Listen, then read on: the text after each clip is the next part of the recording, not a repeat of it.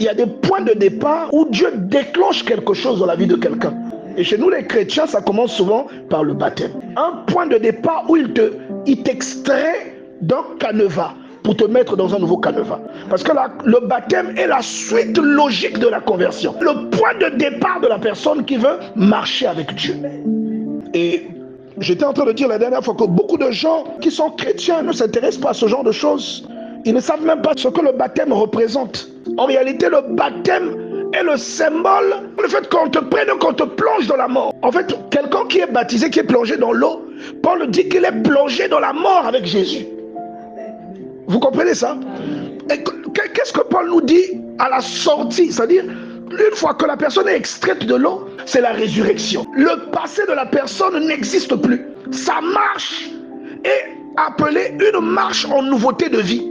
Et l'une des analogies profondes que je peux vous donner à propos de cela, c'est l'histoire de Noé.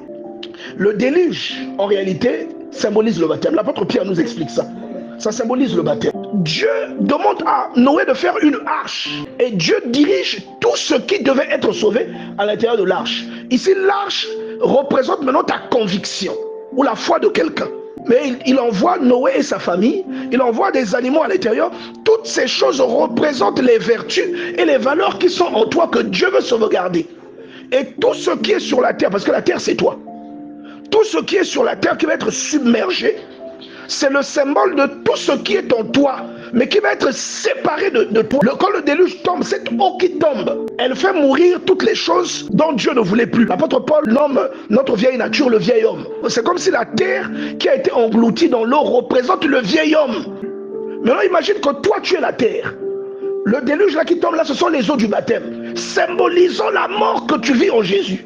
Tu es plongé dans la mort, c'est le symbole de celui que l'on plonge dans l'eau. C'est ce que Paul explique. Et tu es extrait ensuite, quand tu ressors, c'est la résurrection. Pour marcher maintenant en nouveauté de vie. Voilà pourquoi, quand Philippe explique ça à l'eunuque est tellement convaincu. Lui lit Ésaïe 53. Philippe lui pose la question, est-ce que tu comprends ce que tu lis? Et il dit, mais comment je vais comprendre si personne ne m'explique? Et Philippe lui explique. Et quand ils arrivent sur un point d'eau, il dit à Philippe, mais voici de l'eau, qu'est-ce qui empêche que je sois baptisé? Parce qu'il avait compris. La parole là lui a donné un pouvoir, celui de faire un pas en avant, de sauter une ligne, de sauter un caniveau, de passer de la mort à la vie. Et j'ai toujours dit que la parole de Dieu, c'est comme une corde que l'on jette à quelqu'un qui est dans un trou, pour le faire sortir de ce trou et l'emmener vers la lumière. Tu n'es plus la même personne. Mais quand tu reçois la parole, elle crée quoi? Elle crée la repentance. Dieu te donne maintenant le pouvoir de devenir un enfant de Dieu. La repentance entraîne la conversion. La conversion entraîne la justification.